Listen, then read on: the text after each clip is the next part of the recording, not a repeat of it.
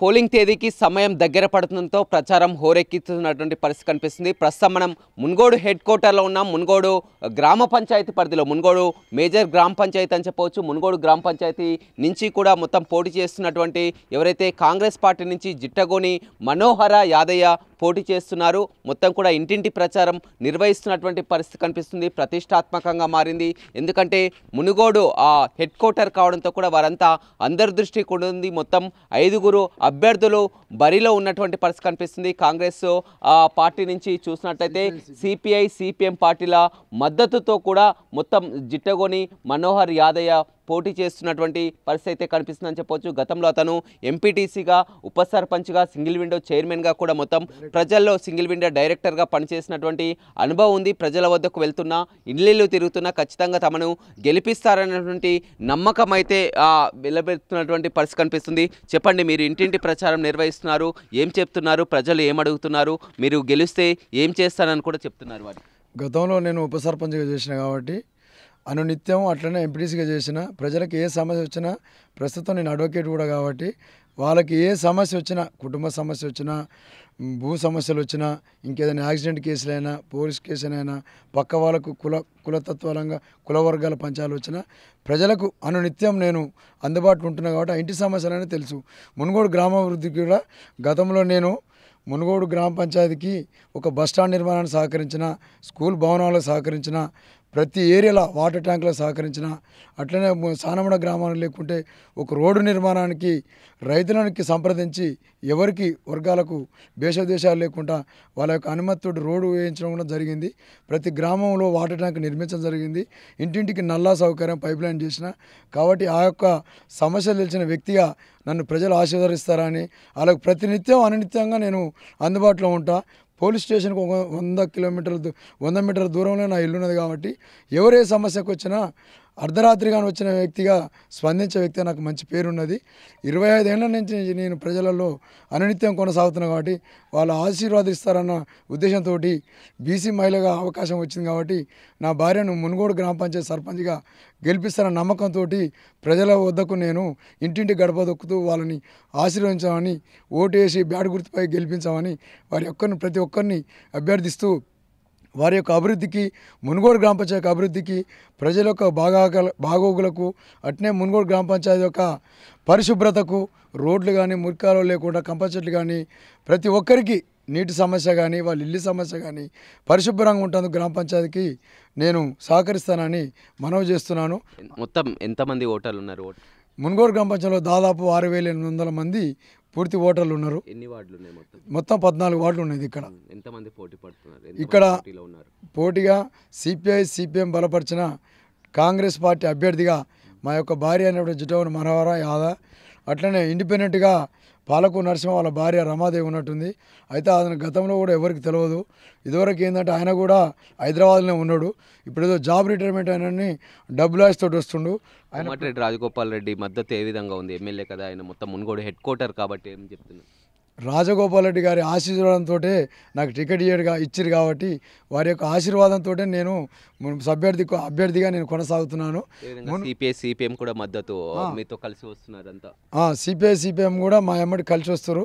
ఎందుకంటే ఒక వ్యక్తి మంచోడు అన్న ఉద్దేశంతో వాళ్ళు నన్ను అభ్యర్థించి నన్ను బలపరుస్తారు కాబట్టి గ్రామాభివృద్ధికి సారి యొక్క కృషితోటి వారి యొక్క ఆశయం ఏదైతే ఉందో అవినీతి అనేది ఉండకుండా, గ్రామ పంచాయతీలో ₹1 అవినీతి కాకుండా చేయడం కోసమే నేను ప్రజల ముందుకు వస్తున్నాను. మొత్తం పూర్తిగా బెల్ట్ షాపులు బంద్ చేసిండ్రు, సమయపాలన కూడా వైన్స్లన్నీ కూడా ఊరు బయట పెట్టారు, మధ్యాహ్నం తీశారు, ఆ విధంగా కూడా చేసినట్టు. అవును సార్, ఏంటంటే సరే బెల్ట్ షాపులు అనేది ప్రజలకు కొంచెం ఇబ్బంది కలిగిస్తుండొచ్చు, అమ్ముకుంటూ కొన్ని కుటుంబాలకు. కానీ ఎందుకంటే ప్రజలు తాగుబోతుల యువకులు వారి యొక్క జీవితాలను నాశనం చేసుకుంటారు కాబట్టి కొంచెం దూరంగా ఉంటే, హెడ్ క్వార్టర్లు ఉంటే గ్రామాలలో కూడా ప్రజల యొక్క ఇబ్బందులు పడరు, గొడవలు కావాలన్న ఉద్దేశంతో సార్ హెడ్ క్వార్టర్లోనే ఉండాలి, హెడ్ క్వార్టర్లో కూడా దూరంగా ఉండాలి, పబ్లిక్ దగ్గర కానీ, స్కూల్ భవనాలు కానీ, కాలేజీ కానీ సెంటర్లు ఉంటే ప్రజల రాకపోకలు ఇబ్బంది అనే ఉద్దేశంతో వారు ఇంకోటి కూడా ఉదయం సాయంత్రం 4 గంటల నుంచే జాగాలన్న దగ్గర లేకుంటే నేను నిర్వహిస్తా, మీరు ఇబ్బంది పడదని వాళ్ళని అభ్యర్థించి అందరినీ సమన్వయపరిచి వారి అభివృద్ధి కూడా కృషి చేస్తారు.